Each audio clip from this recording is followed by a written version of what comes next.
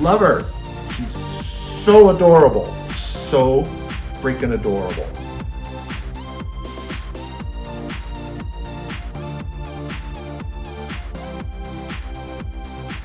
Hi everybody, I'm Michael. I'm a landscape architect and environmentalist, and today we're going to talk about the Peperomia Frost here and how you can grow it in your home. So, you ready to dig in? Let's grow!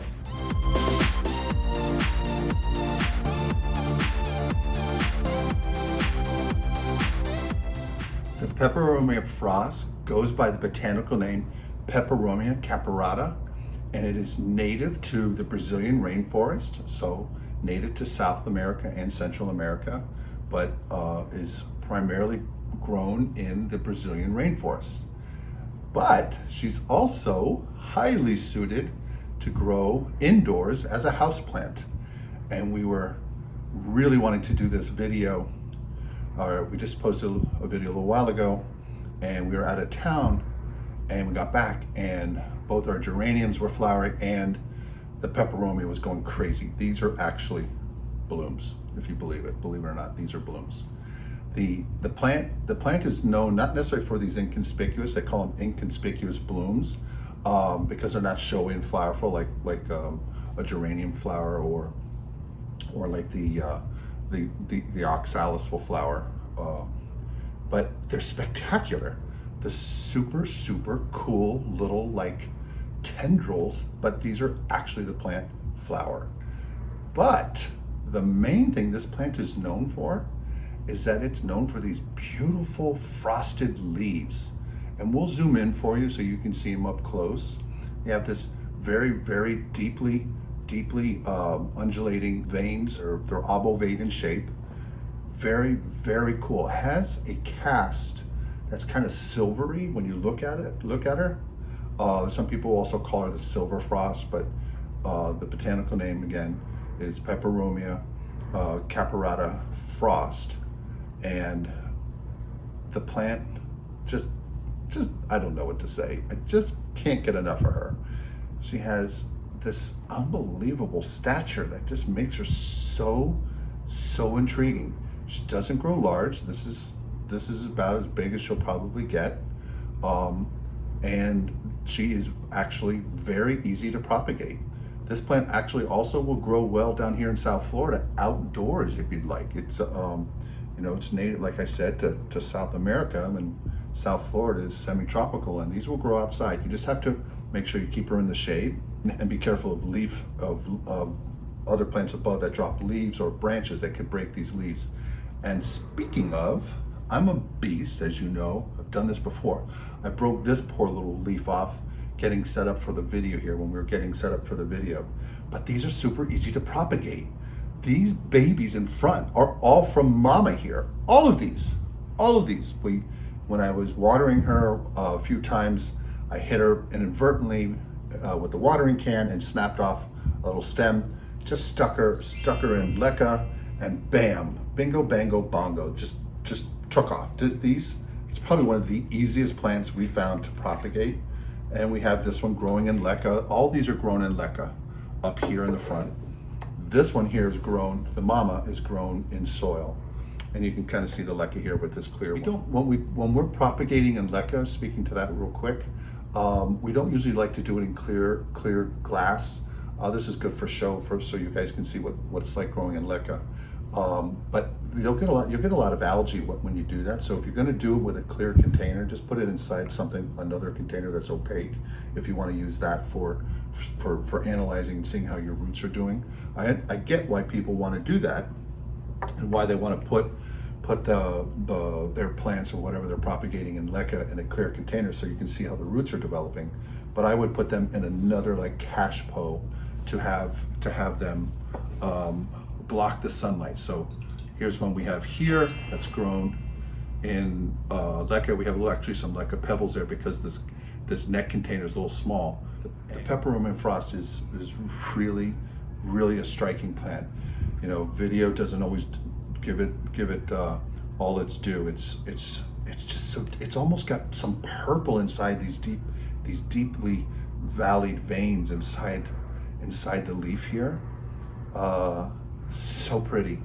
So, so pretty, you all. Your peperomia is going to want medium light, and that's around 150-foot candles to 500-foot candles. She can handle lower light below 150-foot candles. They'll still do fine. It's not a problem. For soil, you want to use a well-drained potting mix. We like to use Miracle-Gro mixed with perlite in an 80-20 ratio, 80% Miracle-Gro indoor potting mix with 20% perlite. That helps it drain well. That is probably ideal for peperomias in general. And as you know, there's just a bevy of different types of varieties and all different shapes and sizes.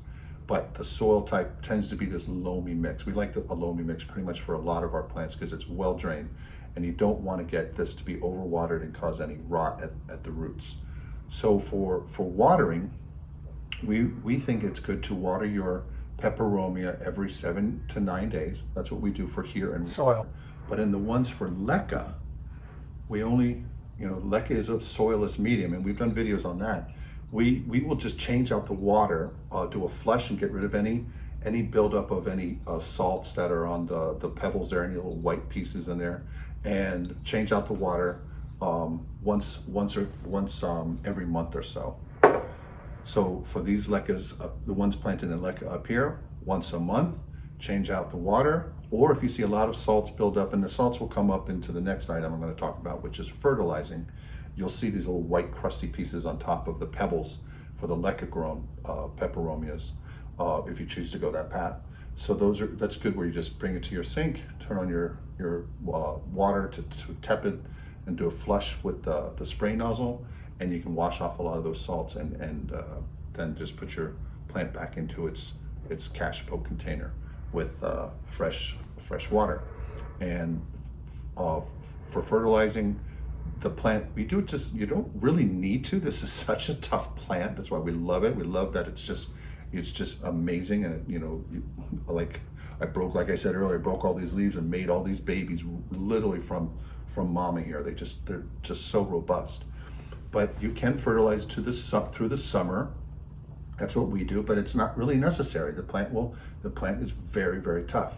But I think it's nice to do that since they're growing in an indoor environment, to give them a little bit of fertilizer. Just a simple 20-20-20 and they'll do fine. On temperature for your peperomia growing indoors, 67, about 68, 67, 68 to about 78, 80, they're going to do fine.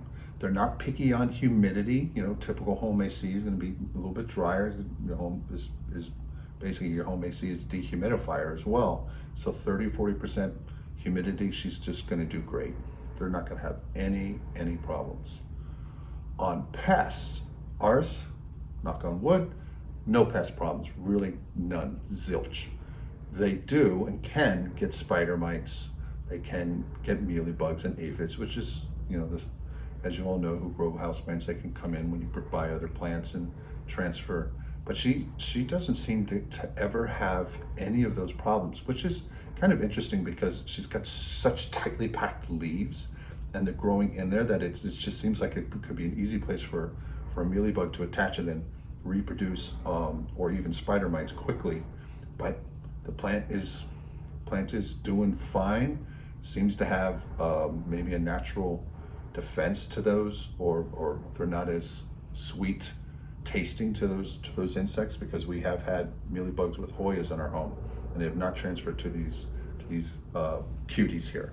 And when I mean cutie, I mean cutie. I love her. She's so adorable, so freaking adorable. I hope you all get one. They are just no muss, no fuss houseplant. Great addition. And as you can see, they don't, this is good for a small space. I may have mentioned that. These don't get too large, so you can put them on a space in your home, or a corner where you have a small table or a shelf, and they're just going to do fine.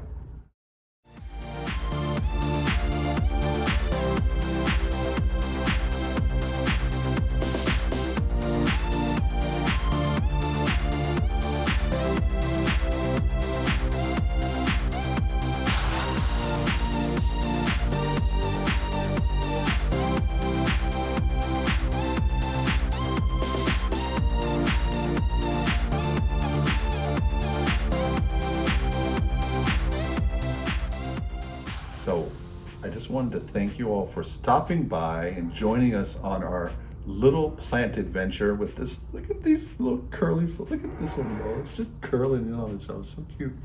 A Peperomia Frost adventure on plant care. And if you have any questions, please just leave them in the comment box below and I make sure I get back to you.